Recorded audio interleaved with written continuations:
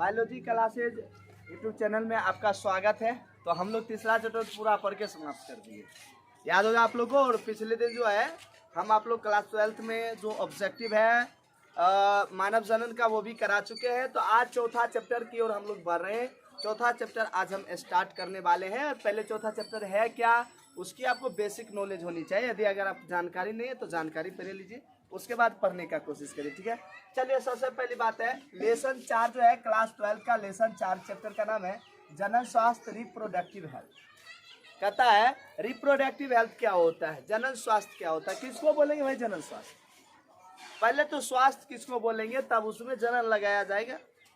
तो WHO ने एक परिभाषा दिया है इसका, WHO वर्ल्ड हेल्थ ऑर्गेनाइजेशन, जिन्होंने विश्व स्वास्थ्य संगठन हिंदी में कहते हैं उसको WHO। उन्होंने कहा कि भाई जनन स्वास्थ्य उस व्यक्ति को कहेंगे जो व्यक्ति शारीरिक, मानसिक और सामाजिक किसी भी रूप में वह उसे मानसिक स्थिति में ना गड़बड़ी हो, उसके शारीरिक स्थिति में ना गड़बड़ी हो, यानी किसी प्रकार में उसमें गड़बड़ी ना हो, तो ऐसे व्यक्ति को हम लोग जनन स्वास्थ्य कहें। यानी स्वस्थ को परिभाषा को ही जनन में लगा दिया कि वैसे व्यक्ति जो शारीरिक, मानसिक और सामाजिक में किसी प्रकार के विकार उत्पन्न नहीं हो, समझ गए, किसी प्रकार के विकार उत्पन्न नहीं हो, ऐसे व्यक्ति को स्वस्थ व्यक्ति कहा जाता है या स्वस्थ जनन कहा जाता है। अब स्वस्थ जनन रहने के हम कैसे स्वस्थ जनन कर सकते हैं, इसके लिए हमको करना क्या पड़ेगा। अब मान लो जनन की क्रिया तो जानते हैं, जनन क्या होता है, अपने जैसे नई संतति को जन्म देना। भाई जन्म तो दे दे, अरे वो जीवित कैसे रहेगा, और जीवित क्या वो बढ़िया से कैसे रहेगा, वो स्वस्थ कैसे रहेगा, इसके बारे में हमको जानना होगा। सबसे पहली बात उसके बारे में जानिए आप कि वह व्यक्ति के जनन कैसे स्वस्थ करें। सबसे पहले कि मेल और फीमेल जो जोड़ा में रहेंगे ना, यानी मेल और फीमेल रहेंगे तभी नई संतति होगी। तो ये जोड़े वाले व्यक्ति को हमेशा स्वस्थ अवस्था में प्रजनन का है, मतलब दोनों में कोई बीमारी ना हो और तब दोनों जनन करे, तो वह जनन बिल्कुल स्वस्थ जनन होगा। इसमें किसी प्रकार की दो राय नहीं हो सकती है।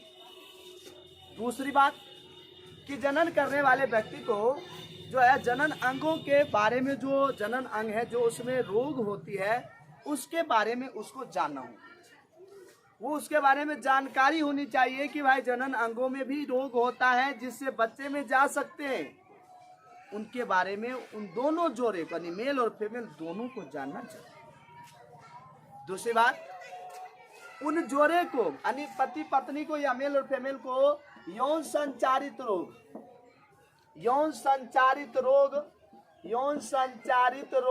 ठीक है ना, जिसे शॉर्ट में हम कहते हैं STD, इसके बारे में जानकारी होनी चाहिए और इससे कैसे बचा जाए ये भी जानकारी होनी चाहिए। और थोड़ा भी अगर गड़बड़ी हो, थोड़ा भी जानकारी नहीं, मतलब थोड़ा भी आशंका बुझाए कि हमें शरीर में कोई रोग उत्पन्न हो गया है, तो समय समय पर डॉक्टरों से मिलना चाहिए, सलाह लेनी चाहिए कि भाई हमको कोई रोग तो नहीं हो गया है। तो STD की जांच हमेशा कराते रहना चाहिए, जिससे आने वाला जो पीढ़ी होगा वो स्वस्थ होगा। अन्य इस चैप्टर में हमको सबसे मुख्य रूप से बात ये पढ़नी है कि जनन जो है स्वास्थ्य वो कैसे रहेगा, स्वस्थ कैसे रहेगा, इसके बारे में हमको संपूर्ण जानकारी मतलब हमको होनी चाहिए। दूसरी बात, यहाँ स्टार लगा हुआ जनसंख्या वृद्धि, पॉपुलेशन ग्रोथ के बारे में हम लोग बोल रहे हैं, ठीक है ना। पॉपुलेशन ग्रोथ के बारे में हम लोग बोल रहे हैं। अब क्या होता है पॉपुलेशन ग्रोथ, ये समझ, जनसंख्या में हताश वृद्धि ही पॉपुलेशन वृद्धि कहलाए। हताश वृद्धि क्यों हुआ, आप अपने देश भारत की ही अब जनसंख्या के बारे में पता कर लीजिए। तो सबसे पहले आपको जानकारी मिलेगा, जिस समय भारत देश आज़ाद हुआ था उस समय, आज़ादी के समय अपने देश की जो जनसंख्या थी वो 35 करोड़ थी। जिस समय देश आज़ाद हुआ, कब हुआ, 1947 में, तो अपने देश की जनसंख्या 35 करोड़ थी और पूरे दुनिया की जनसंख्या 2 अरब थी, ठीक है ना। पूरे दुनिया की जनसंख्या 2 अरब थी और उस समय भारत की जनसंख्या 35 करोड़ थी। उसके बाद 2000 ईस्वी जब आया, 2000 ईस्वी आया, उस समय भारत की जनसंख्या जो है 100 करोड़ हो गई और जबकि दुनिया की जनसंख्या 6 अरब हो गया, ठीक है। दुनिया की जनसंख्या कितना हो गया, 6 अरब हो गया। वर्तमान की स्थिति बात करें 2023 की बात करें तो भारत की जनसंख्या 135 करोड़ हो चुका है और दुनिया की जनसंख्या 7 अरब हो चुका है। मतलब कहा जाए पूरी दुनिया में 2 देश मिला दिया जाए, भारत और चीन, तो पूरे दुनिया की आधी जनसंख्या 2 देशों में, ठीक है। लगभग वहाँ जो है 142 करोड़ है और 135 करोड़ भारत में जनसंख्या है। लमसम मिला दिया जाए तो लगभग 3 करोड़ के लमसम पहुंच जाता है 2 देशों में जनसंख्या। तो बिल्कुल बहुत ज़्यादा तेजी से वृद्धि हुआ है। अब जनसंख्या वृद्धि होगा तो आखिर होने का कारण क्या हो सकता है? होने का सबसे पहला कारण है कि मृत्यु दर में बहुत तेजी से क्या आया है, कमी आया है। कि मतलब मृत्यु दर जो है, पहले क्या होता था, प्रसव क्रिया होती थी तो गांव मोहल्ले में प्रसव होता था, उसमें मतलब क्या महिला मरती थी या बच्चा मरता था, तो स्वाभाविक है कि जनसंख्या कम होगा। लेकिन क्या है कि अब प्रसव केंद्र खुल गया तो मृत्यु दर में तेजी से कमी आ गया है। जन्म दर में बहुत तेजी से वृद्धि हो रहा है, यानी मृत्यु दर में कमी क्या हुआ, जन्म दर में काफी तेजी से वृद्धि हो गया। बाल विवाह होती है, छोटी उम्र में शादी हो जाती है। छोटी उम्र में शादी हो जाने के बाद जनसंख्या पॉपुलेशन अधिक होता है। कुछ व्यक्ति में अशिक्षा का होता है, एजुकेशन नहीं रहता है, ठीक है ना, जिसके कारण भी मतलब उसमें जनसंख्या बढ़ने का पूरी संभावना रहती है। और कुछ व्यक्ति धार्मिक विचार के होते हैं, अपने अपने धर्म के अनुसार चलते हैं, इसके कारण भी जनसंख्या बढ़ने का पूर्ण कारण होता है। समझ गए ना। उच्च कोटि के चिकित्सक व्यवस्था हो गया है, यानी नए नए टेक्निकल विकसित हो गया है। कोई भी रोग हो, 1-2 रोग छोड़ दिया जाए तो सब रोगों का इलाज संभव है अभी। तो स्वाभाविक है उच्च कोटि के यानी अच्छे मतलब उच्च कोटि के टेक्नोलॉजी विकसित हो चुका है जो किसी भी रोग को ठीक कर सकता है। स्वाभाविक है व्यक्ति नहीं मरेगा, और नहीं मरेगा तो जनसंख्या में वृद्धि होना तय है। अब कहिएगा सर अब पॉपुलेशन बढ़ेगा तो होगा क्या? अब बुझल बात, क्या क्या होगा? स्वाभाविक है उसको समस्या होगी। उच्च कोटि के पढ़ाई लिखाई के लिए, उच्च कोटि के पढ़ाई के लिए उसको मतलब समस्या होगी। जनसंख्या बढ़ेगा, आप जानते हैं, जाइएगा कभी रेलवे यानी रेल में अगर मतलब सवारी करने के लिए तो लिखा रहता भाई 1 2 3 4 बैठो इधर, 1 2 3 4 4 दूना 8 बैठो। अब पता चला उसमें 20 आदमी चला गया है, उसके शरीर पर वो गिर रहा है, उसके शरीर पर वो गिर रहा है। यही है जनसंख्या पॉपुलेशन। यही गरीब ग्रोथ होगा तो स्वाभाविक है ये सभी समस्या होगी।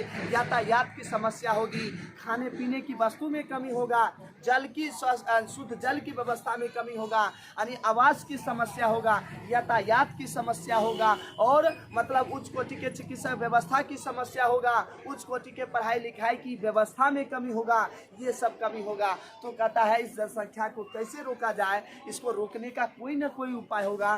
तो इसी का उपाय, जनसंख्या रोकने का उपाय जो है, इस चैप्टर में हम लोग को बेहतरीन ढंग से पढ़ना है कि कैसे कैसे जनसंख्या को हम रोक सकते हैं। सेक्सुअल रिप्रोडक्शन करते हुए भी हम जनसंख्या को कंट्रोल कर सकते हैं। इसके लिए भारत सरकार ने कई नीति लागू किया है, जिस नीति के बारे में हम लोग आगे पढ़ेंगे, ठीक है ना। तो अभी पहले समझिए, इस जनसंख्या को हम तभी कर सकते हैं कि सबको पढ़ाया लिखाया जाए, सबको जागरूक किया जाए कि भाई पॉपुलेशन बढ़ने से अनेक समस्याएं उत्पन्न होती है। सबको ये जागरूक किया जाए कि मतलब ज़्यादा जनसंख्या नहीं हो, हम 2 और हमारे 2 होनी चाहिए, इससे ज़्यादा आवश्यकता ही नहीं है। यहाँ कहता है हम 2 हमारे 8 हमारे 10, तो ये कहीं कहीं पॉपुलेशन बढ़ेगा। हम बोले धार्मिक, अब मान लो किसी के फैमिली में अब मान लीजिए कि 5 लड़कियां होगी, वो लड़का की इंतजार कर रहा है, उनकी मजबूरियां हैं, वो मतलब जब तक लड़का नहीं तब तक ऑपरेशन नहीं कराता है, तो स्वाभाविक है जनसंख्या बढ़ेगी ही। स्वाभाविक है धार्मिक विचार के होते हैं तो कुछ की मजबूरियां होती है, मतलब ये पॉपुलेशन बढ़ाने का, ठीक है ना। तो इन सभी को जागरूक करना होगा, हमें लोगों को बताना होगा कि भाई लड़का हो या लड़की हो, सभी में एक समानताएं होती हैं, वो हमारे संतान हैं और उनके अनुसार ये मतलब ये नहीं कि लड़का है तभी मेरा संतान है, लड़की है तो संतान है, ऐसा नहीं होनी चाहिए। वो हमारी संतान है, लड़का हो या लड़की हो, लोगों को जागरूक करना चाहिए, तब जाके हमको पॉपुलेशन रोका जा सकता है। सरकार भले कितना ही नीति अपना ले, जब तक जनता नहीं चाहेगी तब तक कुछ होने वाला नहीं है। तो जनता को भी जागरूक होनी चाहिए कि भाई हमको पॉपुलेशन बढ़ाने से अनेक समस्याएं उत्पन्न हो रही है, खाने पीने की चीज़ में कमी हो रहा है, रहने की कमी हो रहा है, यातायात में सुविधा नहीं हो रही है, हम बच्चे को बढ़िया से पढ़ा लिखा नहीं, अनेक प्रकार की समस्या हो सकती है, ठीक है ना। तो इस समस्या को रोकने के लिए हमें सबसे बेहतरीन हो सकता है लोगों में जागरूकता पैदा करना, लोगों में अभियान चलाकर लोगों को समझाना, तब जाकर कहीं ना कहीं ये जनसंख्या को, बढ़ती हुई जनसंख्या को हम रोक सकते हैं। और रोक तो सकते ही नहीं, अब हम 2 हमारे 2 भी हुआ तो बहुत जनसंख्या बढ़ेगा, ठीक है ना। तो ये 2011 की जनगणना के अनुसार नहीं है, अभी की जनगणना लमसम माना जाता है 135 करोड़ है, ठीक है ना। उसके बाद आगे क्लास हम लोग कल लेकर आ रहे हैं, ठीक है। कैसा लगा आज का बेसिक क्लास आप लोग कमेंट करके जवाब दीजिए। धन्यवाद। जय हिंद, जय भारत।